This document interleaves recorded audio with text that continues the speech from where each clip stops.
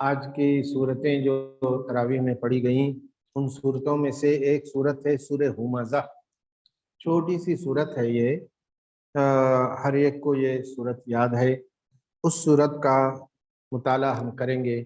اللہ تعالیٰ اس صورت میں ہم کو کیا احکام دے رہے ہیں اور اللہ تعالیٰ کیا پیغام اس صورت میں ہم کو دینا چاہتے ہیں، یہ جاننے کی کوشش کریں گے کہ قرآن ہم سے کیا چاہتا ہے اس صورت میں۔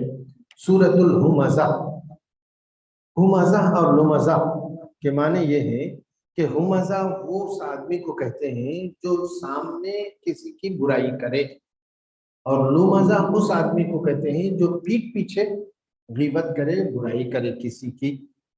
اچھا، بعض کہتے ہیں ہم ظلم کے معنی آنکھ کے اشارے سے برائی کرنا، اور لم ظلم کے معنی زبان سے برائی کرنا، آدمی آنکھ کے اشارے سے بھی برائی کرتا ہے۔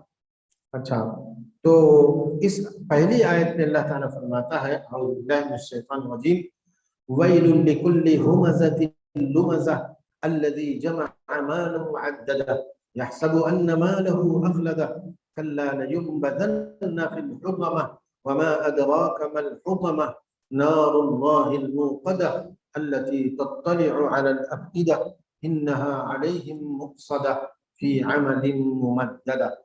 بڑی پیاری صورت ہے۔ اس صورت کے معنی بھی بڑے اچھے ہیں۔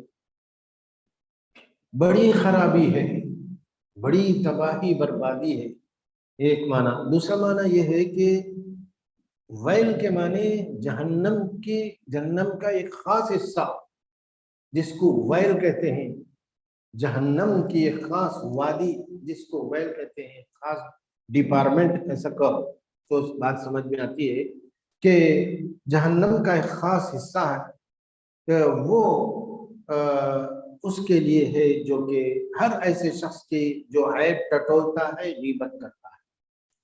عیبان ٹٹولنا، اللہ تعالیٰ نے انسانوں کو پیدا کر کے ان کے اندر خوبیاں بھی رکھا ہے، خامیاں بھی رکھا ہے، مگر کسی شخص کی خامیوں کے پیچھے پڑ جانا تاکہ ان خامیوں کے ذریعے سے اس کو دبایا جائے یا اس سے کوئی فائدہ حاصل کیا جائے، یہ بہت بری بات ہے۔ عیب ٹٹولنا، ہر اس شخص کی جو کہ عیب ٹٹولتا ہے، غیبت کرتا ہے، پھر ان خامیوں کو ٹام اچھالنا، لوگوں کے درمیان بولنا، یہ بہت بری بات ہے، تو اس کے لیے تباہی اور بربادی ہے۔ پھر فرمایا الذی جمع مالا وعددہ، جو مال کو جمع کرتا ہے اور گنتا جاتا ہے، یعنی مال جمع کرنا گننا، جمع کرنا گننا، جمع کرنا گننا۔ خیر، مال جمع کرنا گننا اور زکوٰۃ ادا نہ کرنا، یہ ہے۔ آدمی مال تو جمع کرتا گنتا جاتا ہے، مال جمع کرنا گننا خرابی نہیں ہے، ناجائز نہیں ہے۔ ناجائز کب ہوتا ہے؟ جب مال صرف جمع کرتا ہے، گنتا ہے، لیکن زکوٰۃ ادا نہیں کرتا ہے اور غریبوں کا حقوق ادا نہیں کرتا ہے، جیسا کہ قرآن میں کہا گیا حق للسائل والمحروم، تمہارے مالوں میں مانگنے والوں کا اور جو محروم ہے، جو غریب ہے، ان کا حق ہے۔ تو بہرحال حق ادا نہیں کرتا ہے ایسا شخص جو مال کو جمع کرتا ہے اور گنتا جاتا ہے۔